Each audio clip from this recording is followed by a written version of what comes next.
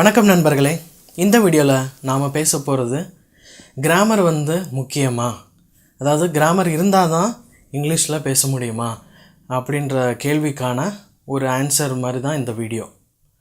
அதாவது ஜென்ரலாக எல்லாருக்குமே இந்த கொஷின் வரும். ஏன்னா நம்ம ஸ்கூல் டயத்துலலாம் இந்த கிராமரை பிடிச்சி நிறையா படித்து வச்சுருப்போம். அதை படித்து வச்சுருப்போன்றதை விட மக்கப் பண்ணி வச்சுருப்போம்.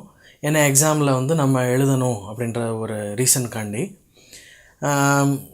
என்னைய நீங்கள் கேட்டிங்கன்னா whether we really require grammar to speak English அப்படின்னு நீங்கள் ஒரு கொஷின் என்கிட்ட கேட்டால் I would say not really. ஏன் கேட்டிங்கன்னா கிராமர் நம்ம கற்றுக்கிட்டு ஒன்றும் தமிழில் பேசிக்கிட்டு இருக்கல, கரெக்டுங்களா? நம்ம பேசுகிற நான் வந்தேன், நான் வந்துட்டு இருந்தேன் அப்படின்றதுக்கெலாம் இது நிகழ்காலம், அது இறந்த காலம் அப்படின்லாம் நம்ம ஒன்றும் தெரிஞ்சுக்கிட்டெல்லாம் ஒன்றும் பேசலை, சரிங்களா? நம்ம பேச ஆட்டோமேட்டிக்காக நம்ம மைண்டு கிராஸ்ப் பண்ணி அதை ஸ்டோர் பண்ணி வச்சுக்கிருச்சு. ஓகே, இந்த சுச்சுவேஷனில் நான் இப்படி பேசணும், நான் இந்த சுச்சுவேஷனில் நான் இப்படி பேசணும், இப்படி எக்ஸ்பிளைன் பண்ணணும் அப்படின்றத நம்ம மைண்டு ஸ்டோர் பண்ணி வச்சுருக்கு, சரிங்களா? ஸோ யூடியூப்பை பொறுத்தளவுக்கு நிறையா பேர் நிறையா விதமான வீடியோஸ் ஃபார் ஸ்போக்கன் இங்கிலீஷ் நிறையா வீடியோஸ் போடுறாங்க. அதில் ஒரு சில பேர் பார்த்திங்கன்னா ரொம்ப கிராமட்டிக்கலாக அப்படியே ஃபார் எக்ஸாம்பிள் ஒரு சென்டென்ஸ் எழுதிட்டு இது சப்ஜெக்ட், இது ஆப்ஜெக்ட், அது இதுன்னெலாம் பேசுகிறாங்க. அது எனக்கே தெரியாதுங்க. Actually I hate those kind of teaching methods.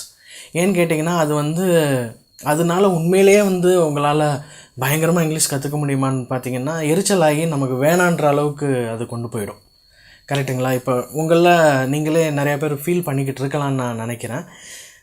நம்ம ஸ்கூல்லேயே கூட இதெல்லாம் சொல்லித்தரும்போது நம்ம மனசில் தான் தோணும், இதெல்லாம் எதுக்குடா நம்ம கற்றுக்கிட்டு இருக்கோம், ஏன் நம்ம இதை உண்மையிலே கற்றுக்கிட்டா தான் நம்ம இதெல்லாம் தெரிஞ்சால் தான் நம்மளால் இங்கிலீஷ் பேச முடியுமான்ற ஒரு பயமும் வந்துடும், கரெக்டுங்களா?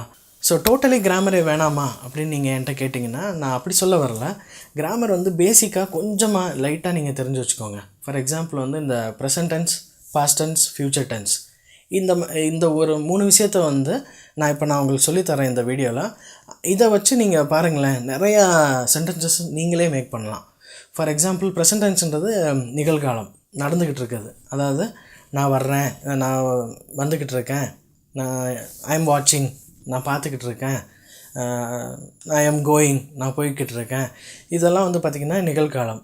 இது இறந்த காலமாக சொல்லணும் அப்படின்னா ஐ வெண்ட், நான் போனேன், ஐ வாட்ச்ட், நான் பார்த்தேன். இது ஃப்யூச்சர் டென்ஸில் நீங்கள் சொல்லும்போது ஐ வில் வாட்ச், நான் பார்ப்பேன், ஐ வில் கோ, நான் போவேன், இப்படிலாம் சொல்லலாம்.